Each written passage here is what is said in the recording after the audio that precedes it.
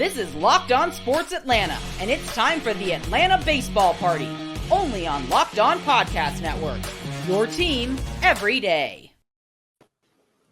Welcome in, everybody, to the Atlanta Baseball Party, your home for the best Braves baseball talk. It's local insight you can't get anywhere else but here on Locked On. I am Tenitra Batiste. Alongside me are Grant McCauley, Jake Mastriani, and Jarvis Davis. Today's episode is brought to you by FanDuel. Make every moment more. Right now, new customers can bet $5 and get $200 in bonus bets guaranteed. Visit FanDuel.com/locked-on to get started. Now, it's first pitch for us normally, guys, but maybe this is kind of last pitch this week because we know, of course, that unfortunately the Braves had a ceremonious or unceremonious, depending on who you are, exit from the postseason. We're a little bit, maybe like a week away, less than a week removed from that. So let me ask you, Jake, first. Now that we're on the other side, do you look at that opening series a bit differently than we did before? I mean, I don't think so. It still hurts. It still doesn't feel good. So, I mean, I don't think I can look at that any differently. It didn't go the way that we wanted to. And it's honestly a lot of the same of what we saw the year before. It just seemed like a Braves team that kind of came in flat and a Phillies team that was hot, playing good at the right time. And Braves just weren't able to recover and come back and get it done. So really just kind of the same script we saw a year before. Yeah. How about you, Grant? Well, I was going to say it didn't feel like much of a party on this side of things for the Braves, and that's 2 years in a row for that. The Phillies, meanwhile, man, they look like a team that is going to be hard to stop, and that's exactly what they looked like a year ago. But I'm with Jake. I feel like the Braves came out and were kind of their own worst enemy, and a club that was just had a historic season, was so much fun to watch over 162, a club that you just had so much confidence in their ability to score runs. They didn't score runs, and I did not have that on my script for how I thought October was going to go. Yeah. How about you, Jarvis? I think for me, the frustrating part is that, like I am super heavily invested in this team. Like out of all the professional teams in this city, the Braves are the one that can keep me feeling one way or the other, right? And opposite extremes, I don't feel, I'm never hot and cold. It's always like I'm never medium when you talk about from a temperature standpoint, when you talk about how I feel about the Braves. So yeah. But, coming into this series, it was kind of like, all right, you got the offense, you got everybody was hitting well up and down that lineup. And then you of course you had the struggles with, the injuries and then, Charlie Morton not being there, like all those things coming into play. But you still feel like, hey, if by chance you aren't able to, give us some runs or whatever due to the pitching, you feel like they were going to be able to put enough runs on the board to get those wins. But for me, I feel like now okay, just kind of looking at it from a looking ahead a standpoint, from if I could just do that for a little bit, it's okay. So what do they do now? Like that's like after thinking about it, going through it, almost 7 days, from the loss, it's kind of like, all right, so what do you do? How do you fix it? Because, just think about it from the football standpoint, say, okay, we'll go get this guy. We can get this guy. He can do this better. And hopefully, they'll be able to plug and play and be able to perform when that time comes. With baseball, I feel like it's just a little bit different because it just depends on what time of the season is. And you don't know what somebody's going through mentally. So it just could be so many things, so many variables going on in those players' heads when this time comes. Because like I said, this is back-to-back years that we've lost to the same team, and they play in the same division. That's what makes it hurt just a little bit more to you. Yeah, well, same team, same division, and same way. I mean, it was like deja vu, Groundhog Day, whatever it is that you want to call it. Right. We'll talk a little bit more about where do we go from here in the seventh inning stretch. But for me, I probably am the opposite of everybody because remember, my question to Grant for like 3 straight weeks was, Grant, am I okay? Am I okay? I don't want to face the Phillies. When I asked the question, I said I wanted to face the Marlins because they, to me, were the team that the Braves had their number. The Phillies were the team that had the Braves number. This is exactly what I was concerned about. And so for me, no, I don't feel any different because no, I was nervous going in. And unfortunately, all the fears that I had of their bats being bigger in this moment and their pitching being stronger and their bullpen showing up as their version of Night Shift 2.0, it was almost like, if you guys have ever watched, I don't watch a lot of movies, but the one movie I always reference when 3 things go awry is The Perfect Storm. And I felt like this was a perfect storm situation that was brewing in Philly. And unfortunately for me, these are the times when I don't like to be right, but I was. So like I said, we'll talk a little bit more about where the Braves go from here in that 7th inning stretch. But I wanted to ask you guys this as well about some Spencer Strider comments that maybe were kind of interesting. Kind of want to see if you guys think that he has a point. So I'll give a quote here. The people trying to use the playoff format to make an excuse for the results they don't like are not confronting the real issue. You're in control of your focus, your competitiveness, your energy. If having 5 days means you can't make the adjustment, you have nobody to blame but yourself. And, when you think about that comment that Spencer made, it's coming off the heels of that being one of the, I don't even want to say excuses, because I think some people in their hearts and minds feel like the layoff is an explanation. But do you guys feel like Spencer Strider has a point in saying, no, it's not an explanation, it's an excuse? Here's the bottom line of what we should have been doing, which is focusing on ourselves, playing at the highest level, and then let the chips fall where they may. Well, I don't think the two things are mutually exclusive. Number one, I think that from a pitcher standpoint, it might be pretty simple and pretty cut and dry. And I think for Spencer Strider, it was. He went out there and pitched 2 games in which the Atlanta Braves could have won. Yes. And they scored him exactly 1 run worth of support on a solo homer by Austin Riley in Game 4, which was all the offense that the Braves could muster on that night after getting shut out in Game 1. And again, I'll go back and tell you, I did not expect the Braves offense to struggle this way. I thought that they did everything that they could to try to maintain a sense of normalcy while they waited to see who they were going to play with the practice games. I know those are not full-on Major League Baseball, team competition where the other club is desperately trying to get you out in order to extend their season. But I would also tell you that if you look at the top 5 teams in Major League Baseball, record-wise from the regular season, going 1-13 in the postseason, is that really what Major League Baseball is going to want? And I'm not arguing, for Goliath to always win, because as we know, that's not the way that story goes. But and while I do want to create the parity that is very important, I think, in all of sports, there just has to be, I think, a way to maybe trim some of that time off of that layoff, because I just don't think it does for teams what they thought it was going to do. Like, it's more of a detriment, I feel like, than a reward for having best record, because you almost don't want to hit that pause button, sit around and wait, because as much as you can say mentally I'm ready, well, physically you have to go out there and do that thing. And if you haven't done it in 5 days and it involves hitting pitchers that are really trying to get you out, I think there is a huge differential. And I think that while Spencer Strider feels that way, I think that the math behind it doesn't necessarily support that thesis 100%. Yeah, and I think that's a great point. It's the math behind it that, like, we this is a game, right, Jake, White Jarvis? This is a game that's all about numbers. Well, then the numbers don't seem to lie here. And I think, too, this is maybe more so than, say, basketball, which basketball is still a rhythmic sport as well, but more than football. Football, it's about, hey, got a chance to, kind of get a break from tough injuries, right? Basketball, it's a rhythm game, but typically around that second quarter, just because of the intensity and it's a team sport, I don't know, the rhythm kind of comes back. For baseball, I think, Grant, you might have a point there just in saying those two things can be both true at the same time, in that rhythm may not be gone for a pitcher, but maybe for a batter. What do you guys think?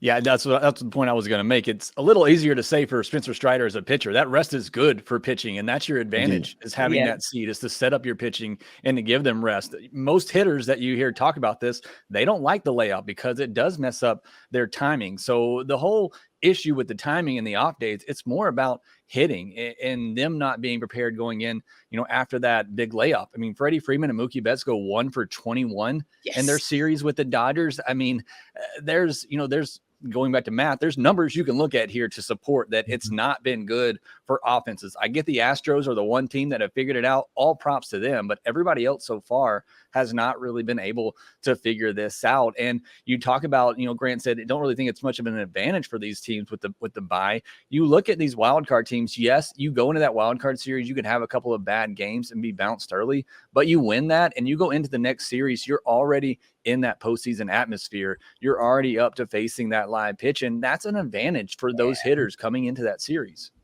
Yeah, and I think that, just kind of put a bow, add to what you guys were saying. I really feel like the baseball players are creatures of habit, right? I think that's safe to say.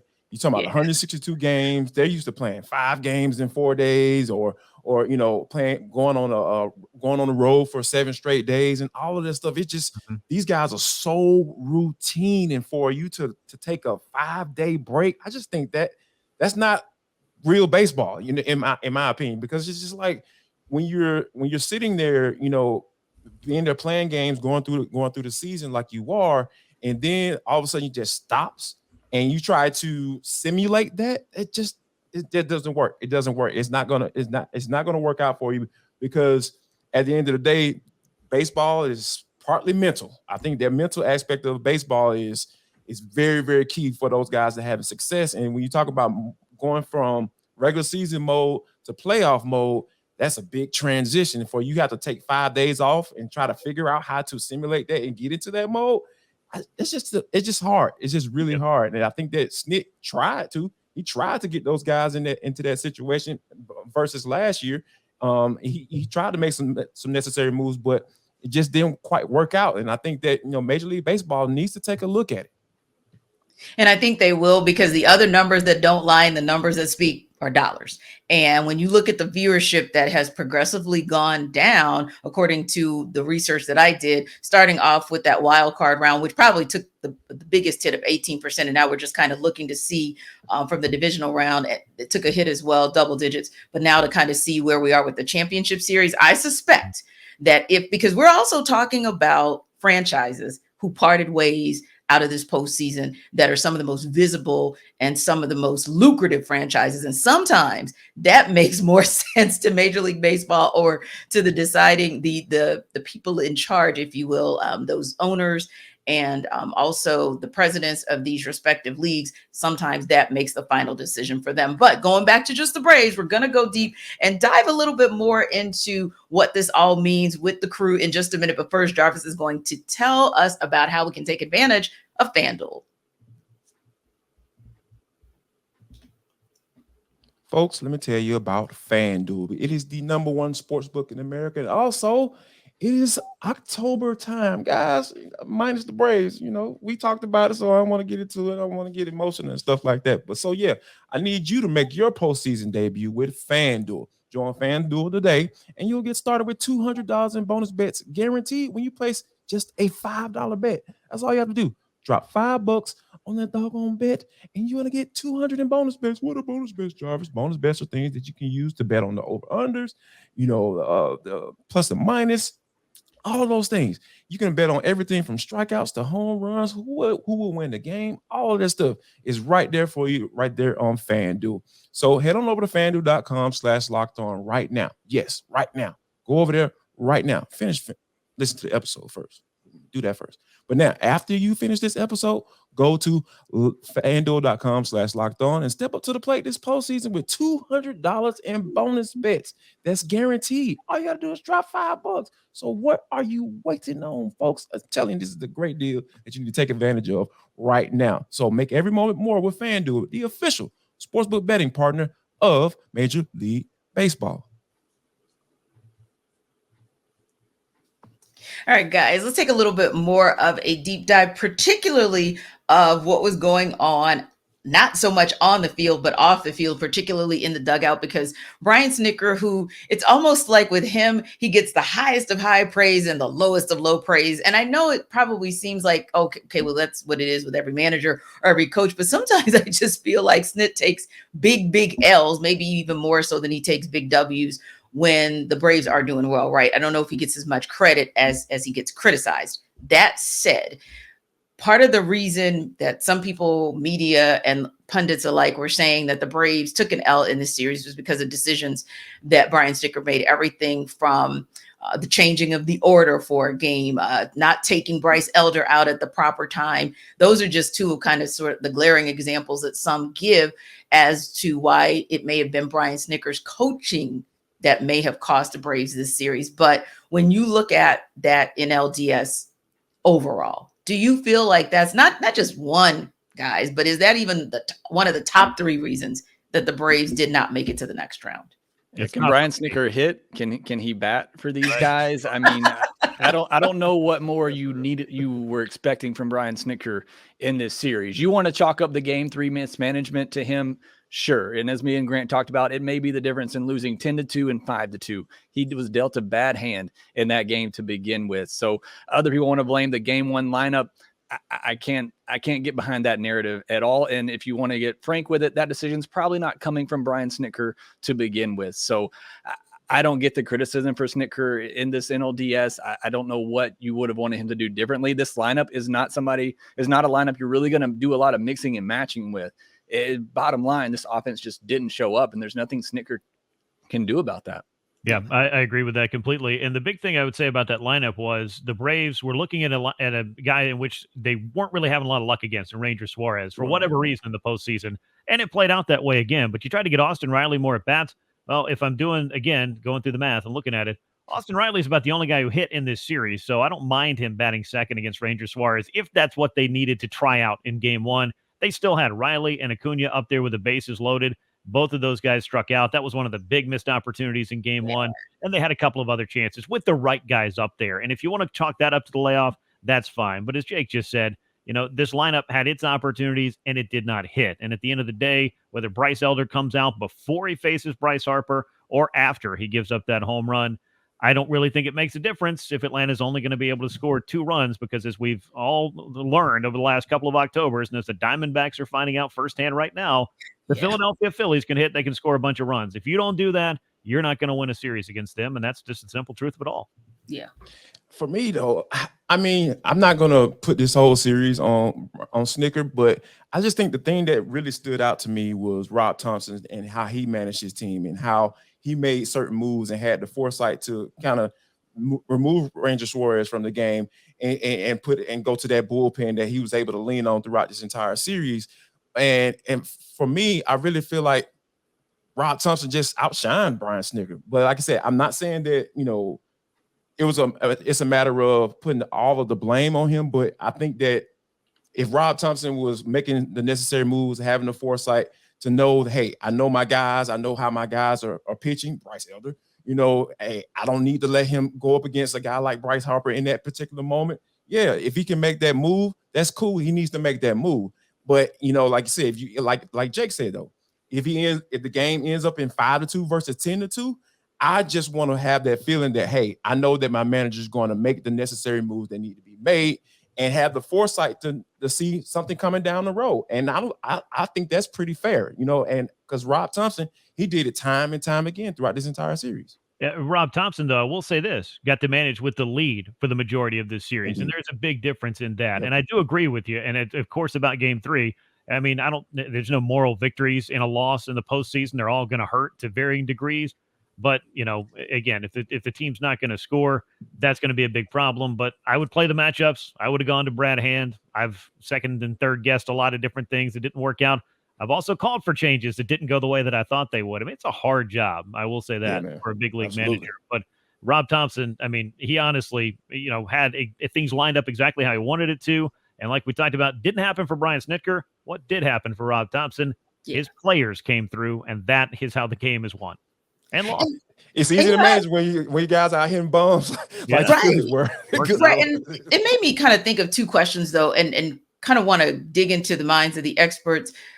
When you do have a situation like moving Austin Riley, like switching up that order for that first game and it doesn't work, I wonder to myself, like, I know sometimes for basketball, whenever there's a lineup change and you're coming off the bench and someone else is either benched or they don't get to suit up, the question, it kind of gets in their heads a little bit. So did this at all with some of those kind of moves that were made, or like a Bryce Elder situation, at any point, did Snitker's moves start to make the team feel a little bit unsure, like, hey, we have to start making all of these chess matches or go on the offensive, because why are we doing this to the Phillies if we're for the Phillies and for the better team? I don't know.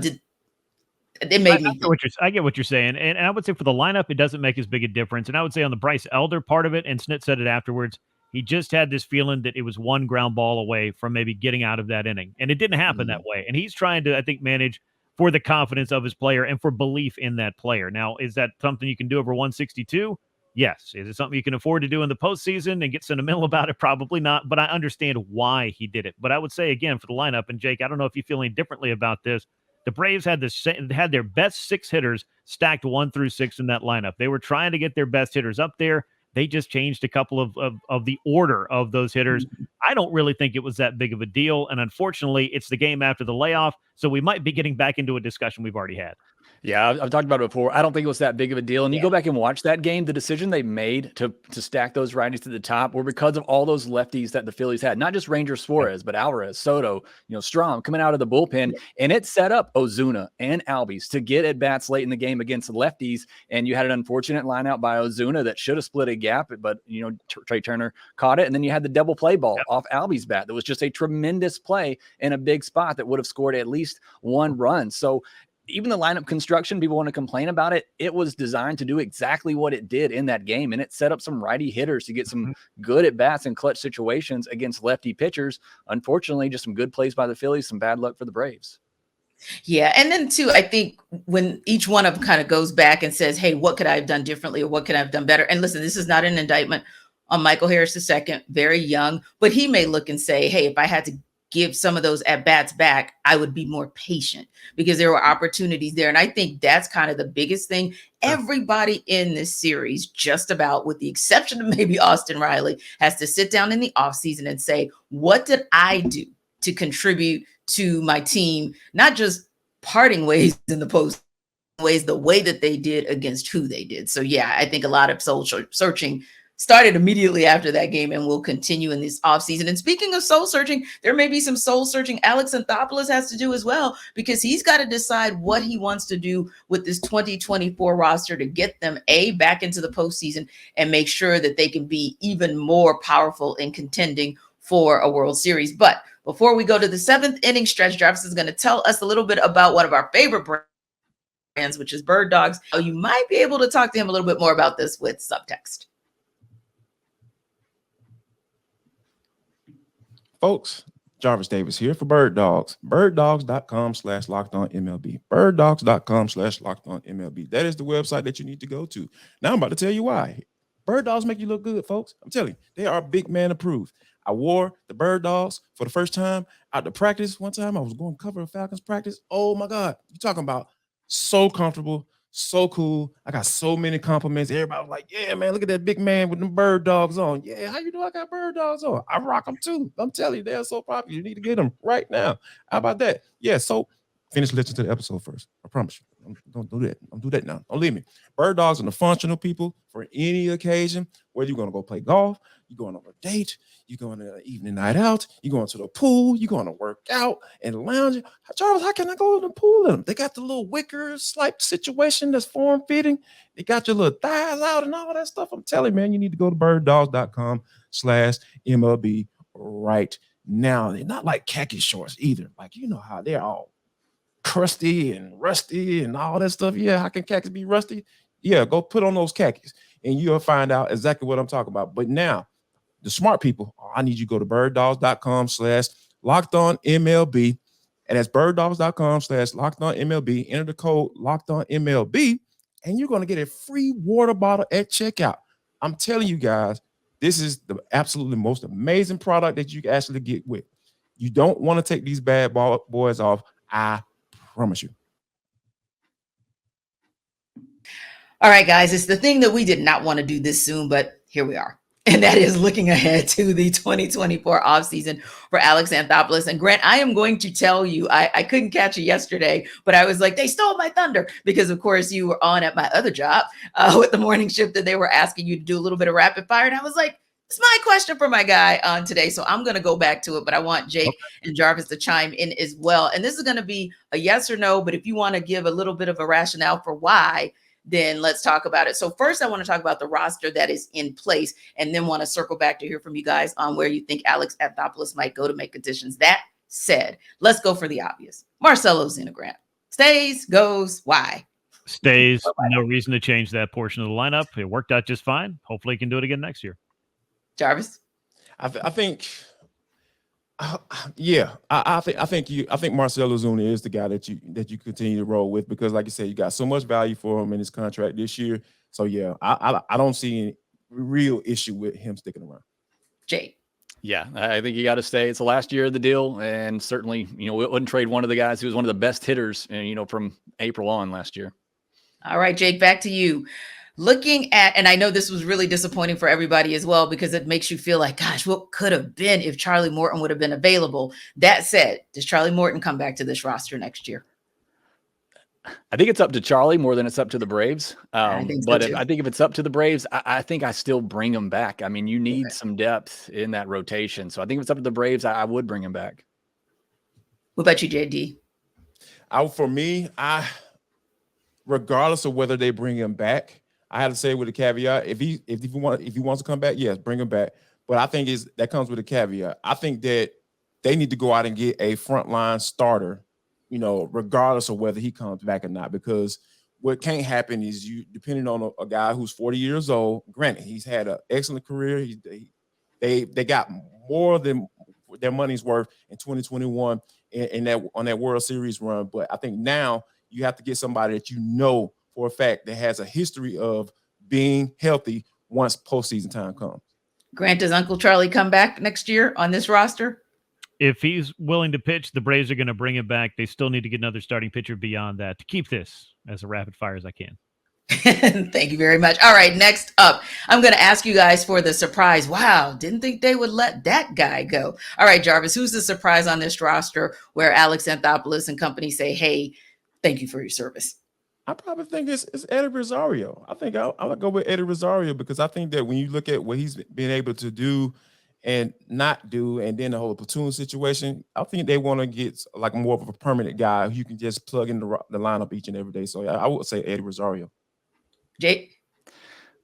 I wanted to say Eddie Rosario too, but maybe to give you a surprise one, I don't think they'll do this, but maybe Michael Soroka. I mean, it's a guy they're paying, $3-4 million. If they don't think he's going to be healthy enough, it could be the last year he's arbitration eligible either one. I think that may be one they have to make a tough decision on. How about you, Grant? Yeah, I mean, I think Rosario is the obvious choice, but they've also got some difficult decisions. I think about guys they could bring back that are free agents in the bullpen, Pierce Johnson and Joe Jimenez. I'm looking at those two guys. Yeah. I'd love to have either or both of those back, but it just may not happen. Yeah, and I would say Eddie Rosario is probably my first. But to your point, Jake, I have Michael Soroka as a question, but I'm glad you brought up the terms that you did because that was my one question. I wasn't sure, admittedly, kind of where they were in their ability or flexibility to be able to say, hey, thank you for your service, but we're going to move on. That said, now going back to something that Jarvis was kind of tiptoeing in the last 3 segments, and I'm like, hold up, we got to, we're going to look ahead. Now it's time to look ahead. So Alex Anthopoulos, yes, has some tough decisions to make in this offseason, not just for who he'll retain, but potentially who he'll bring on. So if you're Alex Anthopoulos, Jarvis, where do you start that process of seeking out additions to this roster? I will start right there in the farm system with Vaughn Grissom because he had an amazing year in the AAA this year. And I think that, he put up some nice numbers with his bat. And I think you need to figure out what you're going to do with him because I really believe we don't see any sighting anytime soon as far as being on that infield. But, hey, maybe you can play out in the left field. Maybe that's something you work towards in this offseason. So I feel like you need to start with Vaughn Grissom and kind of go from there. So you keep him, not necessarily like use him for trade bait. I don't know. I'm always thinking about the value part of it. Like a lot. Yeah. Maybe, but like what are you going to get in return? That would be my first. What would you have to package with him to get? Is it worth it? Yeah, gotcha. How about you, Grant? Where do you think that Alex Anthopoulos will start the process in the offseason? The interesting thing about Alex is that he doesn't necessarily go down a list of when I get A, then I'll go to B and C and so forth. He might be down here on letter E, F, G, somewhere in there and say, okay, well, this will plug this need. This will solve this problem. This will give us depth here. And he'll start making those kind of moves. But we saw, I think, back in 2018 offseason going into 2019, Brian McCann and Josh Donaldson, boom, boom, and heading into 2021 when they signed Charlie Morton fairly quickly. I mean, it could happen that fast. They could make a trade. And I think that Vaughn Grissom would bring back some value. And he's not log jammed on every other infield the way he is in Atlanta. So that'll be interesting to watch what they decide to do with him. I remain kind of unconvinced that he's the kind of power that you would have on a corner outfield spot. Just if you look around the league and what is normally expected out of left field, what the Braves got out of left field this past year between Pilar and Rosario was 30 homers. Is Vaughn Grissom a 30-homer hitter? Do you need another 30-homer hitter if you got enough in the other spots that he can do different things? I mean, there are a lot of questions, and there's a whole slew of people in that front office that are going to try to figure that out. Indeed. How about you, Jake? Yeah, I mean, you look at the position players for the Braves, where are you really going to make a move outside of left field? And Alex Anthopoulos, he's already said RC is the guy at shortstop. That'd be maybe the only other position. So, I mean, again, as Grant said, Alex Anthopoulos doesn't have a list. Nobody was expecting them to get another catcher last offseason, and he went out and got Sean Murphy. So he's going to look to make upgrades wherever he can. Yeah. But I think starting pitching, well, I don't think starting pitching was why the Braves lost in the postseason. Outside of Game 3, it did its job. But when you're looking towards the future, again, regardless of what happens with Charlie Morton, he's likely only back for at most one more year. Max Fried could be a free agent after 2024. What does the future of this rotation look like beyond Spencer Strider right now? I know you got some young guys coming up that maybe you're looking towards for the future, and we haven't seen Anthopoulos go out in free agency and really sign a starting pitcher to a long-term deal. But I think that's something you may want to start trying to address this offseason, looking at the future of this rotation. Yeah. And I think too, you guys make a great point. One more thing, I know we got to wrap, but just maybe this on a rapid fire as well. Do you guys see in your crystal ball that Alex Anthopoulos, and I know it might be dictated by the market, but might he go the Alex Anthopoulos that makes that surprising move like a Sean Murphy or even a Matt Olson in the offseason? Or do you think he's going to kind of make some moves in the beginning, but kind of look at where they are closer to the trade deadline, like he did back when he went for Jock Peterson, and we know how that looked? How are you guys kind of, again, just a crystal ball?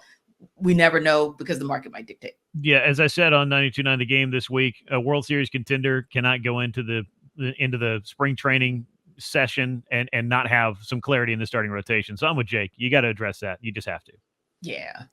Yeah, I'm with that too. Like that starting rotation has to be, regardless of the decisions you have to make, you know that you have to get some frontline starting pitching in here.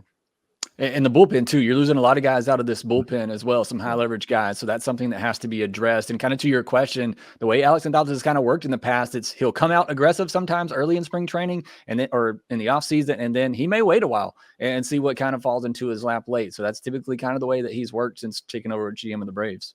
Yeah. And I would say in agreement with you guys that it may be aggressive on the front end, whether it's the starting rotation, the bullpen, or both, but also it may be dictated by the fact that at this trade deadline, there really wasn't anybody to go to because so many people are like, it was the pitching. Well, who was he supposed to get at the trade deadline? Maybe there will be someone there in the offseason to get, and maybe that may dictate why he's aggressive in the beginning versus in the end. Thank you guys so much. This was, of course, not easy because this is not the Atlanta Sports Baseball Party we wanted to have, but it's the Braves, it's Alex Anthopoulos, it's Brian Snitker. We know that they're going to be back next year with all guns blazing, looking to chase a World Series. So we appreciate you guys for stopping by. Don't forget to check out our Locked On Sports Atlanta channel on YouTube. And don't forget also to stop by the Atlanta Sports Party on Friday.